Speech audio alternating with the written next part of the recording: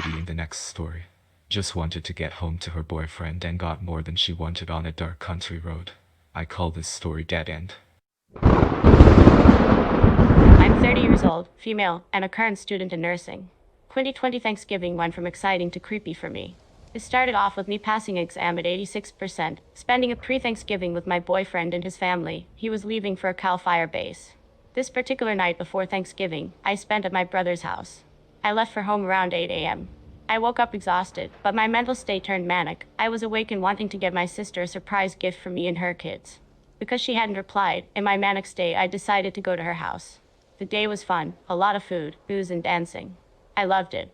Around 6 p.m. I planned my trip out to my boyfriend's temp house. We got into a bit of an argument, as I told him since it was a 3-hour drive, I'd start out around 1 a.m. He did not agree with this, as he thought it would be too late and dark from travel to a rural area, which prompted me to remind him I am grown. Mistake, he became a bit nerved and upset. However, later we agreed on my arrival. The festive went on at my sister's. Alcohol fun, Thanksgiving family pictures, and food. Around 11 p.m. I decided to take a nap. However, my manic brain thought a shower. Due to me needing help with running the shower and attempts to fix my hair, I ended up laying down around midnight. I decided to sleep until 1 a.m. However, I ended up passing out for over that time frame. I set alarm to wake up at 1 a.m., but of course I slept through it. I was woken up at 3:30 a.m. when my sister asked me why didn't you leave. I woke up and desperately moved as fast as I could out of her house. I left my phone and had to turn around and go back. Once I retrieved the phone I was on my way for a second time. I ended up going the wrong way, as I mixed up two cities' names, because they both started with CH. Once the GPS was on, and I realized I was going in the wrong direction, I was on my way. The first hour seemed to be frustrating, as at that time I thought I left my vape pens. Thanks to my sister telling me I left my pens, which she meant actual pens. Not her fault, but mine, although I found the vape pens 2 days later in my purse and Tharnat. Once leaving the city lines of Sacramento, I got into a race with a Silverado that was lifted, and my jealousy that I was in an SUV versus a beautiful truck, I decided to take on the race, until I reached 120 miles per hour for about 10 minutes, and decided it wasn't worth a ticket. At the time it was only me, the Silverado and a fellow Ford on the road. About 5 minutes later the Silverado took exit. Now it was only me and the fellow Ford in a rural dark area. During the drive I noticed the Ford was on the side of me, and at one point seemed to be close enough on my right side to swipe me. Due to my blindness in the dark I was more so focused on making it safely, and not focused on the car that seemed to even cut off other cars to be on the side of me. This was only a 2-lane road in one direction, so you can understand why it wasn't a bother. We made it to a small town that meant taking a major street for about 3 to 5 miles, going through stoplights. At one point I thought, damn, I hate when people are too close to me. It was annoying to me, but after 2 lights the fellow Ford turned off, and I felt a bit childish for even caring. 2 to 3 lights down as I made it through the green light, I noticed a car turning onto the street, and being attentive I noticed the car. It was the same car, and at this point my body started to shake as the car made sure it was back on the right side of me, keeping up with persistence this time. My head began to hurt, and at first I didn't understand the fear was kicking in. Why would this car come back to the main street? There are only 3 other cars and he's the one on the side of me. The fight-or-flight response began to creep up on me, and I didn't want to turn my head as if I noticed. In that moment I did not want to call my boyfriend. What if I'm just paranoid? I have traveled alone for longer distances at night before. Is alcohol still in my system? My boyfriend and mom will lose it if I call them. Why is this happening? Don't panic. In that moment I saw a light turning yellow as we approached side by side. My brain went into rationalization and thought, do not panic, stay calm, ignore the headache. When the light turns green, stay, see if he goes. We approached the light and stopped. The light seemed to be much longer than the others. I moved my eyes towards the fellow Ford on the side of me. The windows were lightly tinted, but I could see a hat and a person looking towards me, then seconds later look up at the light, and then peer back into my passenger window. My head and heart began to become one, both in pain and fear. Then, the light turned green. There were 2 cars behind us, but I stayed on my brakes, I didn't move, and I didn't see his car enter the intersection either. I turned my head to look, and I could now see more of the silhouette of the man's face under the hat staring at me. I took off slowly to collect my composure and not seem to be scared, and so did he, keeping my pace of slowly going through the intersection. I heard a car behind us beep the horn, and it was like a light switch.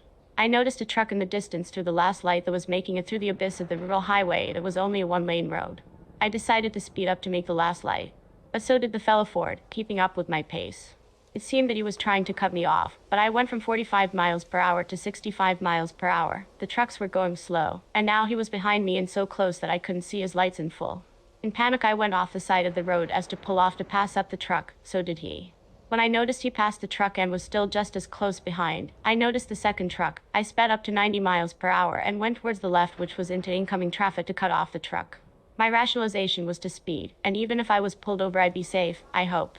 I cut the big rig truck off and began to speed up, now able to see far behind me in the distance through my rearview mirrors. I could see the car trying to cut the truck off to the right and left. The cars were oncoming in the opposite lane, and due to trees to the right, the Ford seemed to weave in and out of the lane. He was trying to erratically cut off the truck.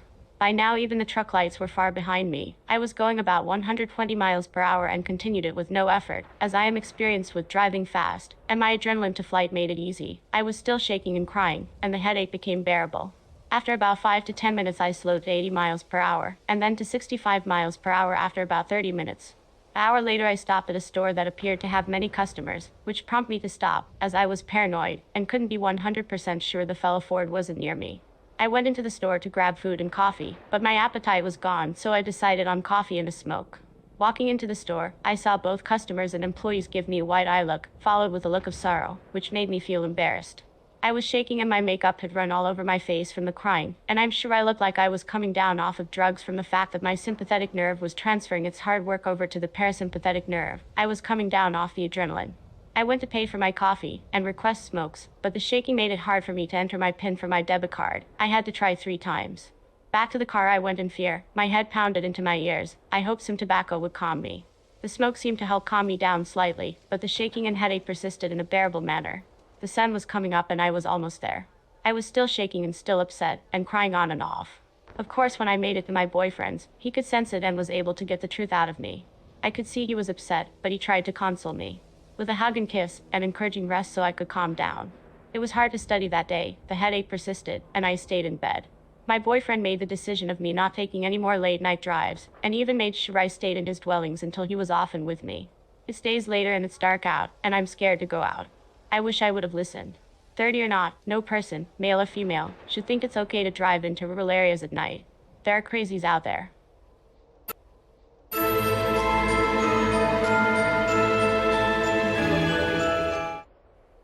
Me and my family were heading towards a beach in San Diego, and we were driving down the freeway. I must have been about 15 or 16 when this happened, but I was listening to music and looking up at the clouds from the car window. Anyways, I suddenly noticed this weird triangular-looking black object really far up into the sky. Mind you, there were clouds in the sky that day, so it was a bit difficult for me to keep track of it as it was moving. At first I thought it's probably a plane because it's not very often that people see UFOs in the middle of the day. As I continued to watch it, I noticed how odd it was moving in the sky.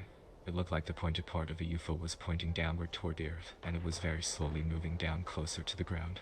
I was trying to convince myself that it was probably a plane, weather balloon, etc. But then I was like, planes usually don't fly downwards, right? As we continued to drive and the clouds were moving across the sky, I lost it for a minute or two, and thought that was the end of it. I finally spotted it again and noticed that it was moving downward a bit quicker in the sky. It suddenly occurred to me to alert my family of this weird object in the clouds. However, before I got the chance to look away, the object stopped moving downward very abruptly, and all of a sudden it shot back into the sky almost at lightning speed, and I never saw it again. Afterwards, I was kind of frantically telling my siblings and parents of what I had just seen, and my father pointed out the small fleet of jets that suddenly shot across the sky in the direction where the UFO was, which seemed quite weird to me at the time, but I didn't think much of it. But to this day I still don't really know what it was that I saw that day. Remember to like and share. Also, to get all the stories, make sure to subscribe.